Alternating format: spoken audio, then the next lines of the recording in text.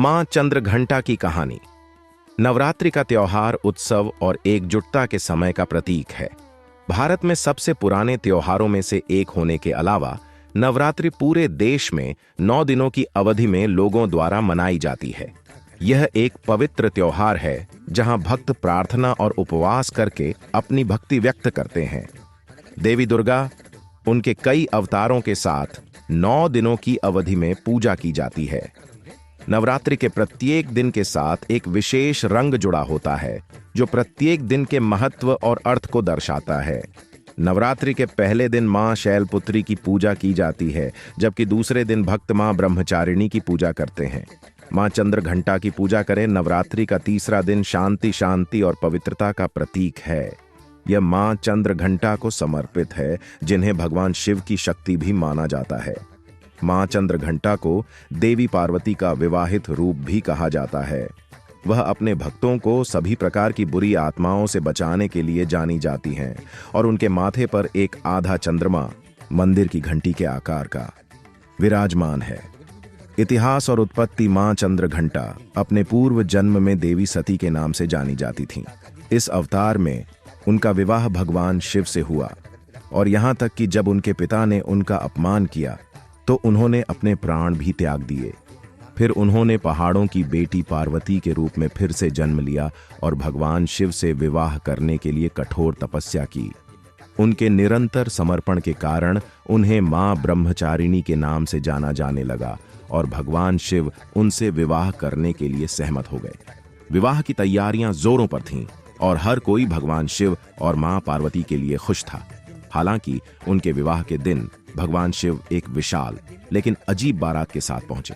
भूत, साधु, पिशाच, अघोरी और तपस्वी सभी इस असामान्य बारात का हिस्सा थे। स्वयं भगवान शिव के गले में अनेक सांप थे और उनका पूरा शरीर भस्म से सना हुआ था। इसके अलावा भगवान शिव की जटाओं में भी सांप थे, जिससे उनका रूप डरावना और भयानक दिखता था। भगवान शिव का ऐसा भयानक रूप देखकर मां पार्वती के रिश्तेदार हैरान रह गए और लगभग सभी लोग भय से बेहोश हो गए।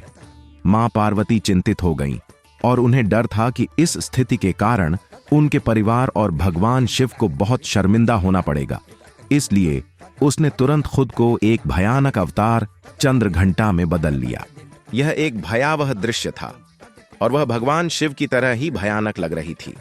मां चंद्रघंटा का रंग सुनहरा हो गया और अब उनकी 10 भुजाएं हो गईं।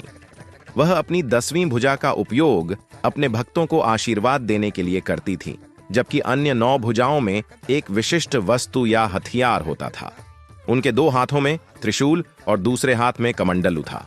इसके अलावा मां चंद्रघंटा एक गदा, एक धनुष और तीर, एक तलवार, एक घंटा और एक कमला धारण करती थीं। इस भयानक रूप में मां चंद्रघंटा भगवान शिव के पास पहुंची और उन्हें एक महान रूप धारण करने के लिए मना लिया। भगवान शिव सहमत हो गए और खुद को एक सुंदर राजकुमार में बदल लिया। इसके अलावा वह अब सुंदर रत्नों और आभूषणों से सुसज्जित था। अंत में भगवान शिव और मां पार्वती का विवाह सभी प्रार्थनाओं और अनुष्ठानों के साथ हुआ। उनकी शादी का जश्न पूरी दुनिया में मनाया गया और आज भी इसे महाशिवरात्रि के रूप में मनाया जाता है। नवरात्रि के तीसरे दिन की देवी मां चंद्रघंटा का वाहन सिंह है। मां दुर्गा का यह अवतार दर्शाता है कि वह अपने भक्तों के प्रति दयालु और अपने शत्रुओं के प्रति भयभीत करने वाली दोनों ही शक्तियां हैं। वह अपने भक्तों को दैवीय कृपा और निर्भयता का आशीर्वाद देने के लिए जानी जाती है। मां चंद्रघंटा देवी दुर्गा के सबसे शक्तिशाली रूपों में से एक हैं और उन्हें पीड़ा और संकट से राहत देने के लिए भी जाना जाता है। अगर आपको हमारा वीडियो पसंद आया, कृपया हमारे वीडियो को लाइक करें, हमारे चैनल को सब्सक्राइब करें। हमारा वीडियो देखने के लिए धन्यवाद।